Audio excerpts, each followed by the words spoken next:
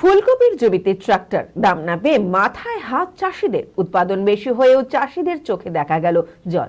এ ছবি মুর্শিদাবাদে হরিহরপাড়া থানার দস্তুরপাড়া এলাকায়। দস্তুরপাড়া এলাকায় শীতে প্রচুর ফুলকপি বাঁধাকপির চাষ করা হয়, কিন্তু শীতের এই সময় বাজারে যখন কপির যে দাম থাকার কথা সেই দামই পাচ্ছেন না চাষিরা। তাই রাগে চাষিরা কেউ গরুকে খাইয়ে ফেলছেন, আবার কেউ জমিতে ট্রাক্টর চালিয়ে উপড়ে ফেলছেন সমস্ত ফুলকপি। মানসিক স্বাস্থ্যের জন্য সবার আগে যে নামটি মনে ভেসে ওঠে, সুস্থ মনের ঠিকানা মনোবীক্ষণ। যোগাযোগ নাম্বার 7477799516।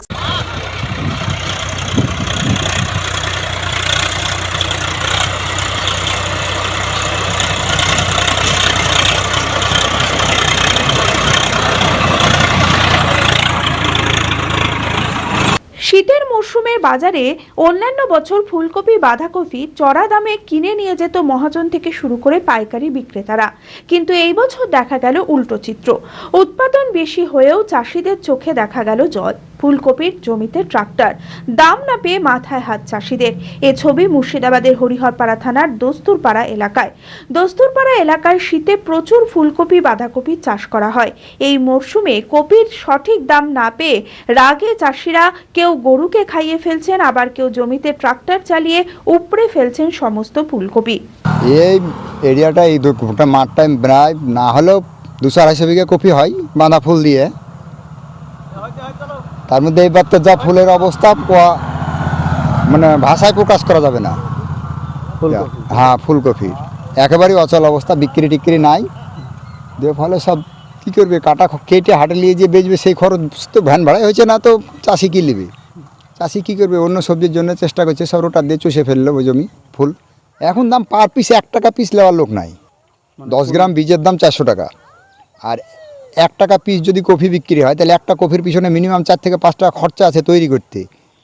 আর 1 টাকা পিস বিক্রি করে কি হবে? তাও লোক পাওয়া যাচ্ছে না। যে জমিতে যদি 1 টাকা পিস পাওয়া যেত, তাও 10 কাঠা জমিতে 2,500 গাছ বসলে 1 টাকা করে বেচলে 2,500 টাকা হয়তো বীজের দামটা আসতো। সে প্রতিষ্ঠানও নাই যে লিবে কে। বাজারে প্রতি কপি মাত্র 1 টাকা 2 টাকা দরে বিক্রি হচ্ছে, কিনতেই চাইছে না কেউ। দস্তুরপাড়ার মেকাইল শেখ নামে এক চাষি জানান, এই কপি বেচেই একসময় দোতলা বাড়ি বানিয়েছি, কিন্তু এবারে একেবারে নিঃস্ব হয়ে গিয়েছি।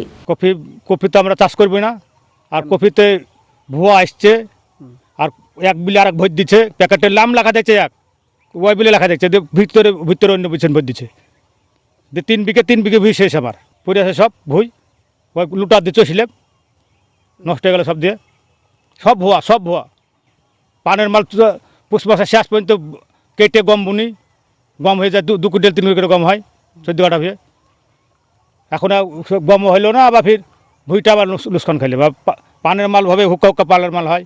পানের মালটা ঠিক আছে, হচ্ছে তো সে ভুয়া গদি, কোল থেকে বেড়াইতে গদি।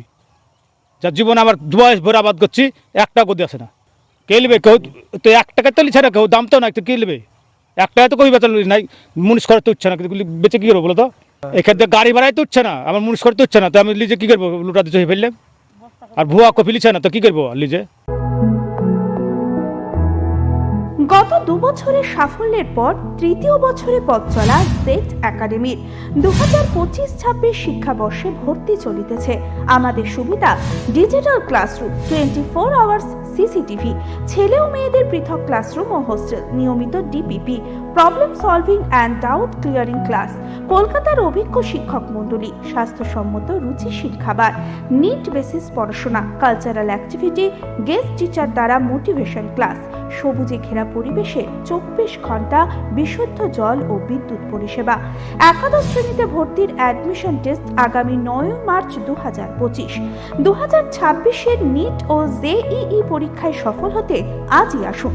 আমাদের ঠিকানা জেড একাডেমি, সারগাছি রামকৃষ্ণ মিশনের সন্নিকটে, বহরমপুর, মুর্শিদাবাদ।